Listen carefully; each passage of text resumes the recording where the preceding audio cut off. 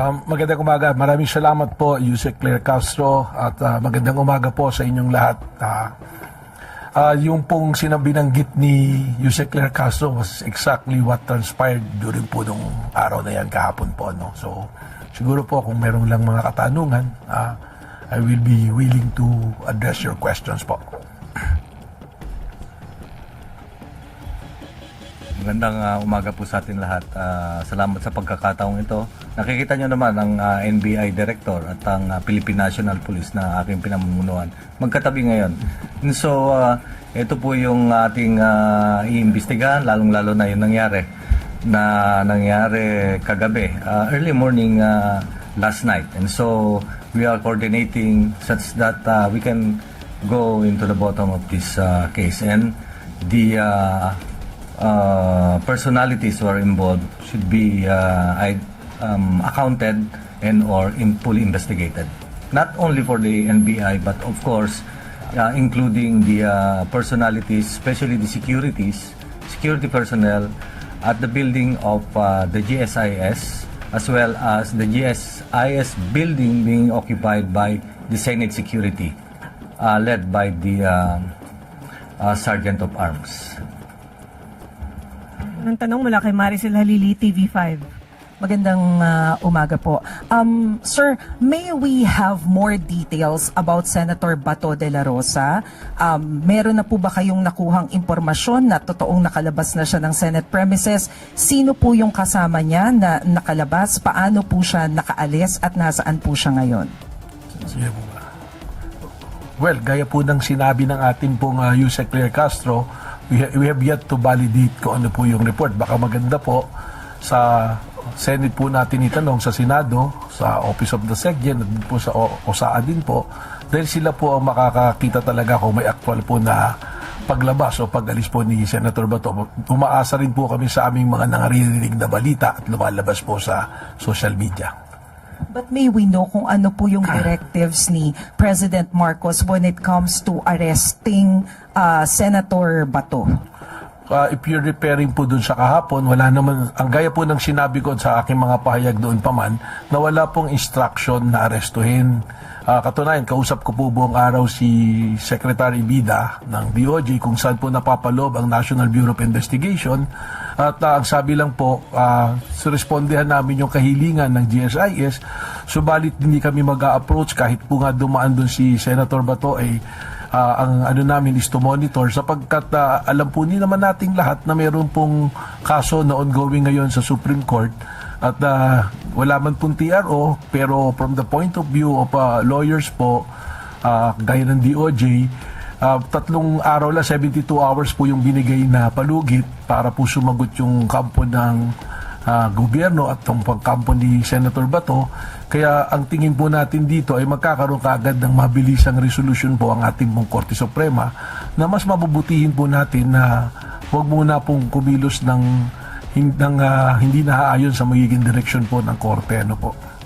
And sir, may we know kung sino po si Mel Oragon? Totoo po bang driver siya ng NBI? And bakit po siya may hawak na barel? Allowed po ba yun sa driver if that's the case? Well, sa ngayon po, when binalidate po namin yung pong aming records ng aming pong mga ahente at mga employees, siya po ay hindi po opisyal na empleyado ng NBI. Ngunit nung akin pong nagkaroon na po ako ng sariling investigasyon, lumalabas po na siya ay parang volunteer kasama po ng mga ahente po. No? Doon po sa katanungan kung alaw humawak ng baril, yun po kasi yung nakita na naglalakad, pinahawak. Pero yung actual naman po na pangyayari, wala naman po siyang access po dun sa baril na hawak-hawak po niya. So, sir, sorry, panghuli na lang. So, kasama po siya nung mga NBI agents na nag-assist sa GSIS? As a driver po nung grupo po. Yun po yung report sa akin ng mga NBI. But officially, he is not a member or employee po ng National Bureau of Investigation. Kasi po, sa mga operation po namin, just to educate po ang ating pong publiko, lahat po, pag operations po kasi, meron po talaga mga tinatawag na force multipliers, yung mga volunteer po. Para po kasi sa kakulangan po ng tao, tsaka meron po din kami tinatawag na mga alpha or assets, yan po na rin yung mga ginagamit namin to solicit intelligence report po para sa aming mga operations po. Thank you, sir. Salamat po. Natanong mula kay Katrina Domingo, ABS-CBN. Sir, ipinapavalidate lang po. Yun po bang mga responde sa GSIS para i-secure are armed NBI agents? Well, yung request po kasi sa amin na sulat na aking natanggap ng alas 5:08 p.m. po kahapon mula po kay GM Wick Biloso is to secure and panatilihin po yung kapayapaan and peace and order. So pag may request pong ganun, talaga pong nakabihis naman po ng ano tawag dito, yung pong kanilang ordinary gear na ganyan, dala po talaga yung mga ganyan na arms. Ano po? Sir, bakit po may drilling involved? Can you categorically explain to the public bakit po may drilling involved? Nakita ko rin po yung video na yan at kung makikita nyo naman po, yung mga suot ng tao nagdi-drill, hindi naman po pang assault. Ang nagdi-drill po, tinatanggal po nila yung lock because the access from the Senate going to GSIS, yung susi po, ang report po sa akin ni GM Biloso is nandoon po sa Senate. Ang gusto po niya, isara po yung lugar na yon kasi nga po, labas-masok na raw po ang iba't ibang tao, hindi na po masecure yung lugar at yung mga employees. So yung primary concerns po niya. Kaya kung makita niyo po yung video, drilling, tapos sinarangan po ng mga metal cabinet para hindi po madaanan na yung lugar po na yon. Sir, in a span of 3 days, 3 beses pong nalusutan, if that is the proper term, ni Senator Ronald De La Rosa ang NBI. First, hindi nahabol sa stairwell ng Senate. Pangalawa po, kahapon, supposedly, nagkagulo doon sa Senado and he was holed up in his office. At ngayon naman po, nakaalis sa Senate without the NBI knowing exactly kung nasan po yung senador. To what do you attribute these lapses or these discrepancies? Hindi naman po siguro lapses. There's our operational requirement po. Number 1, yung doon po sa Senado nung hindi po siya na-aresto. Naikwento ko na po yan eh. Kaya ka po ako humihiling ng buong kopya ng CCTV mula nung dumating siya sa parking kung kanino siya nakasakay na sasakyan hanggang sa pumasok. Dahil lang nakita na lang po nating video, yung takbuhan na lang yung habulan. Hindi po na ipakita ron na magsiserve na ng warrant, kakausapin na po si Senator Bato, tinakel niya po yung babaeng ahente. Kaya po nagkaroon ng takbuhan. At nung nagdeklara po ang Senado na protective custody nila si Senator Bato, minabuti po namin na irespeto yung sinabi na yun ng Senado sapagkat ang respeto po natin sa co-equal branch po na executive ay nandoon. Yung pong mga issue ng legal na wala namang ganong basihan, hindi na po natin po napag-uusapan. Kaya naman, nung dumating na po sa korte, na-validate naman din po yung naging desisyon ng NBI na wag pong arestuhin si Senator Bato. Ito naman pong pangalawa, gano'n na rin po yun, karugtong na meron pong pending na kaso sa Supreme Court and the strict instruction is wag pong arestuhin. And at the same time, ang gusto po ng ating pong pamahalaan, i-maintain na yung peace and order, mataas na po masyado yung po bang pagtatalo-talo, pag-aaway-away ng iba't ibang grupo. Ito naman po, hindi pa naman po validated kung talagang nakalis na po siya sa Senado at kung saan po napunta. Ma'am, sorry, last on my end for this round. Based on the premise or the timeline na nilatag po kanina ni Undersecretary Claire Castro, how convinced is the Executive Department doon sa mga swirling rumors na the chaos in the Senate yesterday was staged, allegedly? Well, that is a part of an ongoing investigation. Ipinasok naman po lahat yan. Sa ngayon po, magkatulong po ang NBI at ang PNP. Re-reviewin po natin yung mga footages kung may mga CCTV at we will use po yung atin po mga forensic capabilities para malaman po natin kung ano po talaga yung nangyari. Ano po. Sunod na tanong mula kay Ivan Mayrina, GMA I address the question to the Chief PNP and the NBI Director. Sir, may we get a categorical answer related to sa tanong ni Katrina? Would you say that the incident at the Senate last night was staged for whatever reason? Kaya po nung sinabi ko, Sir Ivan, yan po ay bahagi pa ng ating ongoing investigation. Ang mapari lang po naming mailahad sa inyo, yung pong inilahad din ni Yusek Claire Castro na factual kung paano po nangyari. We'd rather not draw conclusion po sa isang ongoing investigation, but rest assured po that we have final result of the investigation ay papaalam po natin to sa publiko.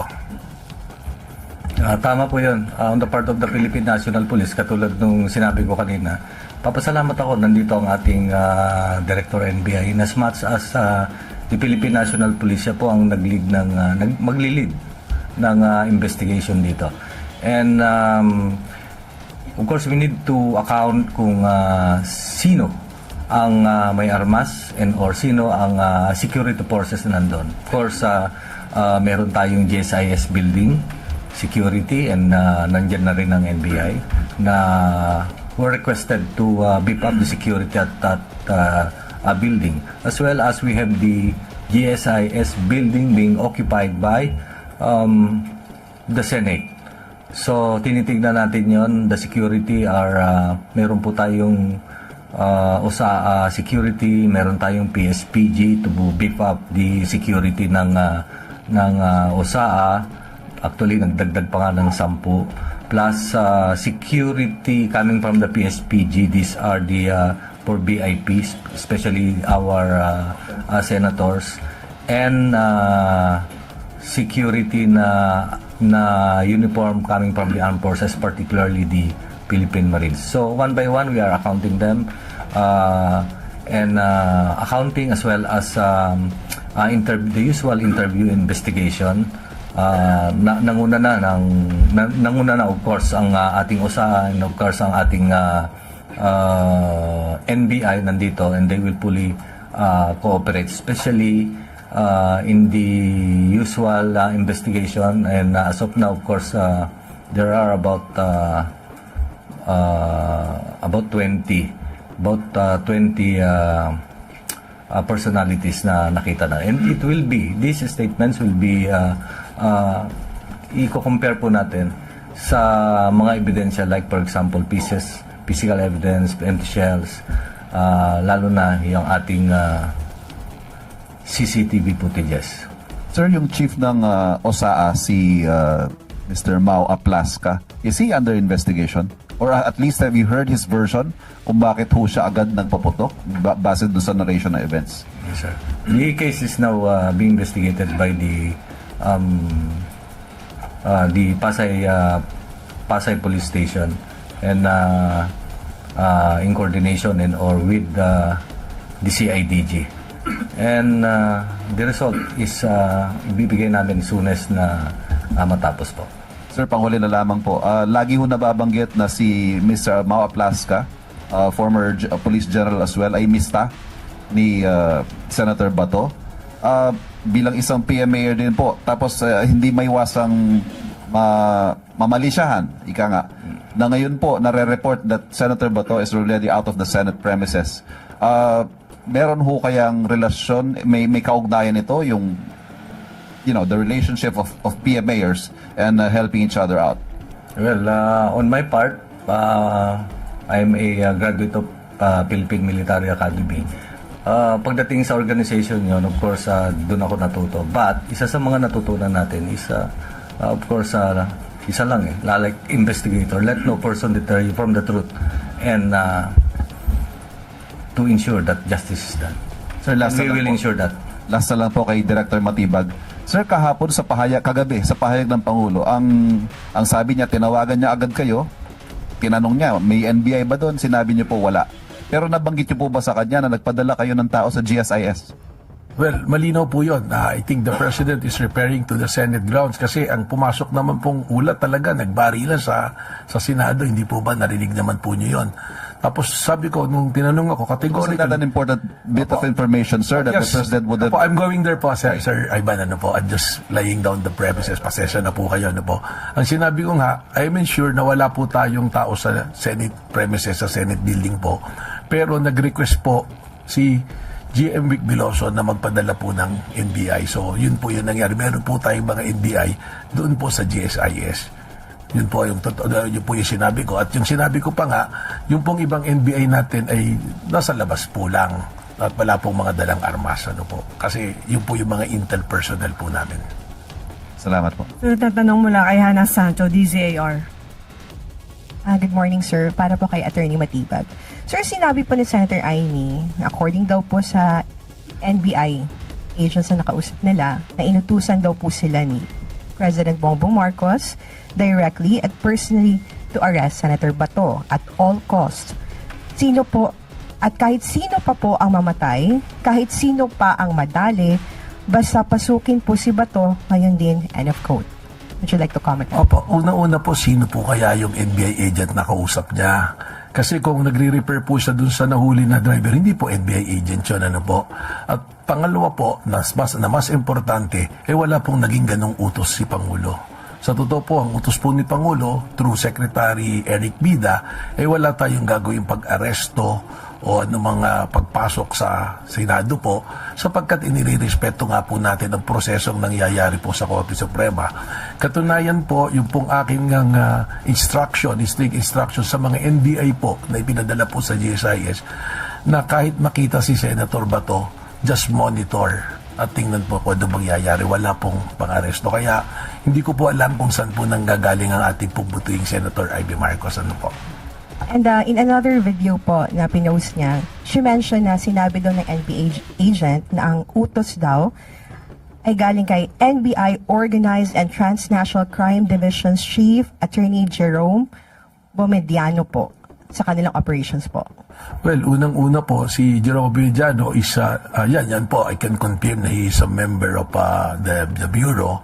Pero wala nga po siya rin sa operation. Birthday po niya ng anak kahapon. At kami po, ang buong NBI family, nandoon po lang kami sa katabi ng opisina namin, na kami po nagkakaroon po ng planning, catch-up plan po, mula po kahapon hanggang bukas po ng Biyernes. Kaya mabuti po siguro si Senator Ivy po, tanungin natin at ipakita po ang ebidensya kung saan po nanggaling. Kami naman po sa Bureau, bukas po kami sa investigasyon. At katunayan, sinabi ko nga po kay General Natates, yung mga identify po na ating pong ahente na pumasok sa GSIS, ay amin pong isusumite sa isang malayong investigasyon po ng Philippine National Police po. Last question on my part, ma'am. This morning po, nag-post po si Senator Amy ng letter addressed to the President, and sinabi niya dito that in view of the serious allegations and without prejudging the outcome of any investigation, I respectfully urge the following officials to be temporarily relieved from their duties pending the completion of a full, impartial, and independent inquiry. NBI Director Attorney Melvin Matibag, NBI National Capital Region Chief Attorney Emeterio Dongallo Jr., and NBI Organized and Transnational Crimes Division Chief Attorney Bomediano po. Would you like to comment, sir? Well, that is the prerogative of the good senator. Pero tayo naman po, nagsisilbi po tayo sa pleasure po ng ating appointing authority at kung ano po yung mandatong ibinigay po sa atin. At ako naman po, nakasisiguro po kayo at nakita nyo naman, wala po namang pagkilos ang NBI na hindi po sumunod sa batas at sa proseso. So, yun lang po yung masasabi ko dyan. So, natanong mula kay Harley Balvena, IBC 13. Hi, sirs. Sir, just in case ma-confirm natin na nakaalis na talaga si Bato sa Senado, ano po yung magiging immediate response natin? Magkakaroon ba tayo ng, sorry for the term, manhunt operation?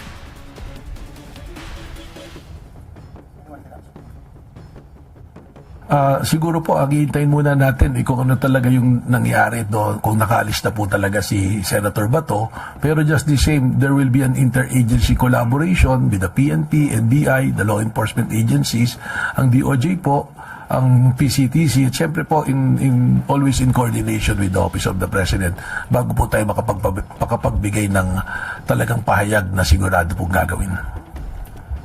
PNP Chief Natates. Sir, can the Philippine National Police under your leadership ensure that no special treatment will be given to Senator Ronald Bato del Rosa, who is a former PNP chief?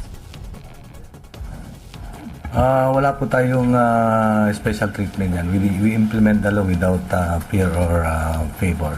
And the Philippine National Police ay, of course, for any eventuality, arrest or whatsoever, we are always preparing ourselves para ma-improve ang ating operation and back up by strong collaboration with the concerned agencies, especially the Department of Justice in cases of warrant of arrest. And of course, in different law enforcement agencies. Okay, sunod na tanong mula kay Ivy Reyes, Bilyonaryo.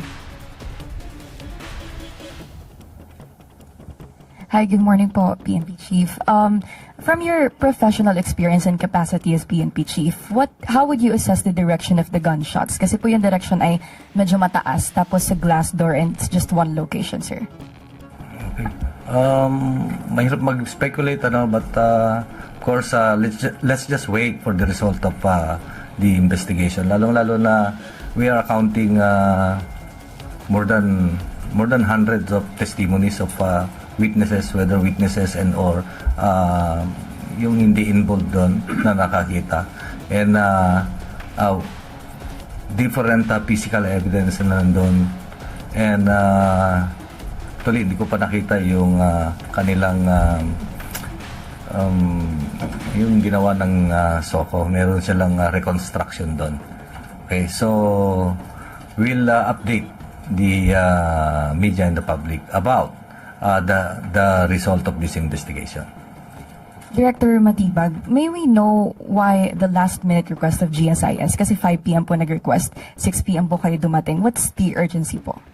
Ma'am Ivy, no, it's a good question. Actually, nung Monday pa lang po, meron na po kaming presence doon, verbal communication po sa kanya.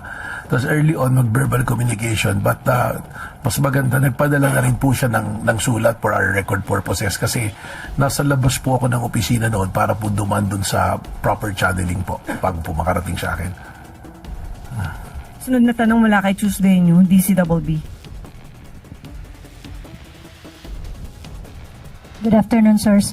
General Natatis, sir, how soon po na mailalabas at least yung initial result of investigation para maisubmit din nyo kay Presidente at malaman niya yung chronology of events? Yun po kasi yung mahalaga dito sa nangyaring ito dahil sa lumalabas na iba't ibang mga narratives. So, binigyan po ba kayo ng deadline ni Presidente para at least makakuha niya yung initial report? Okay.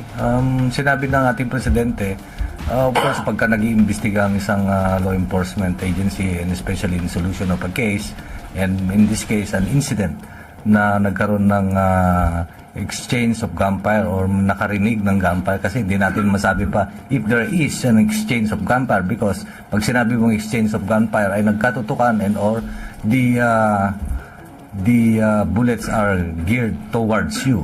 So, yun ang tinitignan natin sa katulad ng sinabi ng ating kapatid dito na kung ang appreciation is staged ba or nagkaputukan na magkasakitan. So we are doing that and I'm enforcing all the resources, necessary resources to speed up and resolve this incident. Thank you, sir. To Director Matibag. Sir, sabi niyo kanina, we have yet to verify kung nakaalis na nga ba talaga si Senator Bato sa premise ng Senado. With the presence of technology po ngayon, ini-expect po ng taong bayan na mabilis niyong mabe-verify yan. Pwede namang makipag-coordinate ka agad sa NAIA kasi may mga information din na sinasabi possibly baka makalabas ng bansa. So, how soon po natin na ma-verify itong information na ito? Well, today, unang-una natin tatanungin siyempre yung mga nandoon sa Senado. That's why I'm directing that the question should be addressed to probably the Secretary General of the Senate or the Sergeant of Arms of Senate. Kasi sabi mo nga yung technology, hindi po ba? So definitely there are CCTV footages na pwedeng makita po kung umaalis po siya ron. Yun naman pong tanong tungkol sa MIA po, sa airport kung may mga dumaan doon, we will also follow that lead. So titingnan din po natin lahat yan. Ano po?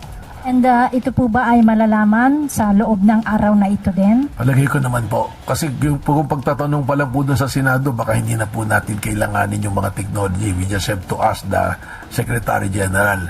At siguro po, kaya ko po binabanggit ito, if you recall, sinabi po ng mga senador that Senator Bato is under their protective custody, di po ba? At yun po yung naging consideration ng NBI kung bakit hindi po namin ituloy yung paghuli. Meaning, nung sinabi mo pong under protective custody, meron po akong sinabing statement noon na sana pagkakailanganing iharap si Senator Bato sa isang mang korte o kung saan mang ahensya na kailangan siyang humarap, ang Senado po ang may karapatan. No? Ibig sabihin sila yung may responsibilidad po na iharap po si Senator Bato. Thank you po. Sunod na tanong mula kay Christian Yusores, DZMM. Good morning, sirs. Were you able to attend po yung meeting with the President this morning? Sir Melvin and Sir Tartates. Opo, meron po kami pagpupulong. Nagkaroon po ng pag-uulat sa nangyari po kahapon. And ano po yung mga may naging bilin po ba ang Presidente or instructions moving forward after the incident last night? Mayroon po, siguraduhin ng investigasyon ay makatotohanan at parehas at lumabas kung sino talaga ang mga may pagkukulang at kung ano talaga ang may mga pananagutan at siguraduhin tawagin at pananagutin yung mga tao may dapat panagutan sa pangyayari pong ito. And then, one last na lang po. Dahil vine-verify pa natin kung talagang nakalabas na ng Senate si Senator Bato, just in case po na talagang na-verify natin na he's already out of the Senate premises, haharangin po ba ng authorities natin si Senator Bato just in case lalabas siya ng bansa or nasa mga exit points siya ng bansa? Pagkatapos po siguro nitong pagpupulong namin na to, we will call for our interagency coordination kasama po ang DOJ para po mas malinaw po na direksyon. Yung pong katanungan niyo, pasensya na po because baka beyond the pay grade po namin ni General Nartates ano po. Thank you. Sunod na tanong mula kay Rafi Ayeng, Daily Tribune. Hi sir, isa po sa mga tanong na tinatanong ng ating mga kababayan, can you identify po kung sino yung senador na allegedly nagsakay kay Senator Bato papasok ng Senate building? Meron naman na pong kaming official report pero if you will allow, siguro po ako makikiusap to head into suspension muna na ilabas namin. Masyado na pong maraming kaguluhan pero kayo naman po by process of elimination ay makikita nyo na po kung sino nagsakay. Kaya nga po, meron kaming report pero mas mabuti po sana na ang OSAA po will share the footages of CCTV mula po sa parking lot at hanggang sa lumabas. So we are been requesting po na ipakita yon dahil yung nangyari po nung Lunes, ang nakita lang po natin yung habulan na sa hagdanan eh. Yung pong pagpasok mula sa parking hanggang makarating doon sa hagdanan, hindi po natin nakikita.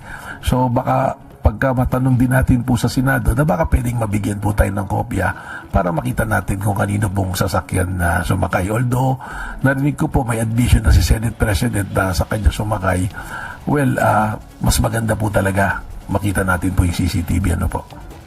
And sir, yun nga, sa ginawang allegedly nga na pagtakas ni Senator Bato na sa Senado ngayon, ano po ang repercussion nun na para sa kanya? Kasi di ba may warrant of arrest siya sa ICC, ano po kaya ang magiging repercussion nun sa kaso niya? Baka po yung katanungan, it's rather the DOJ will answer it. Although I'm a lawyer, yung aking pong sagot will not para magkaroon ng bearing po sa usapin dahil right now I'm here as the director of the NBI which is a law enforcement agency po. Thank you. Sunod na tanong mula kay Kenneth Pasyente, PTV4.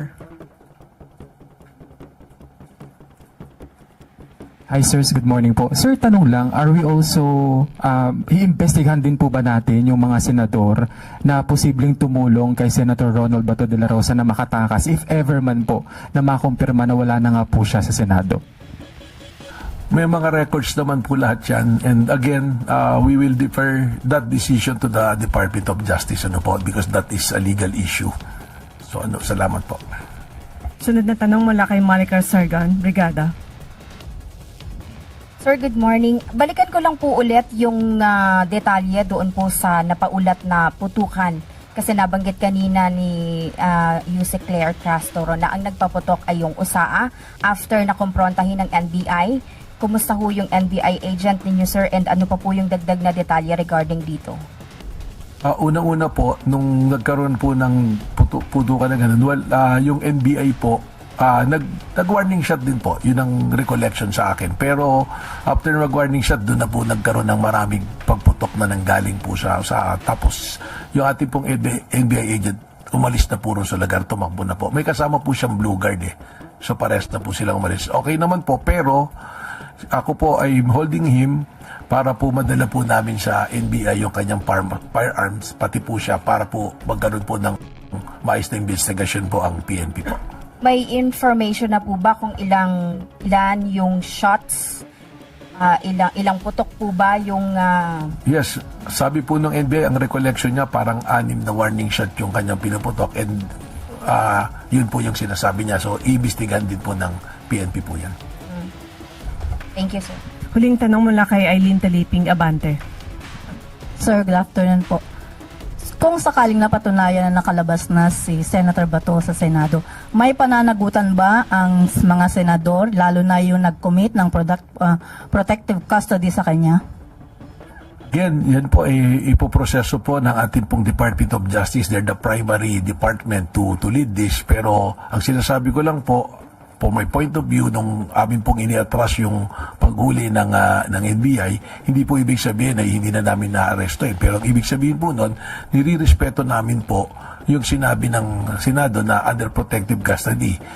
As a lawyer, I will speak na pag sinabing under protective custody mo, ibig sabihin, ikaw ang responsable na ilabas yung tao pag hiningi po sa'yo. Yan Kaya po nga, yung mga nasa rules of court naman po yan. Ano po? Kaya nga sir, cargo mo pero nakawala sa'yo. So anong magiging repercussion yan kung sakali? Well, kung meron po mga pagtatanong, paglilitis, then evidence pa rin po Magkakaroon pa rin po ng evidence. Medyo mahaba pa pong usapin pa rin po yun. Ang nasasabi ko lang po ngayon, kung ano po yung nangyari na, yun po yung pwede natin masabi po. Thank you. Salamat Malacanang Press Corps. Balik sa iyo, Yusek Claire. Thanks for watching, guys. Subscribe now for more updates. Lemon Logic PH po. Naglilingkod.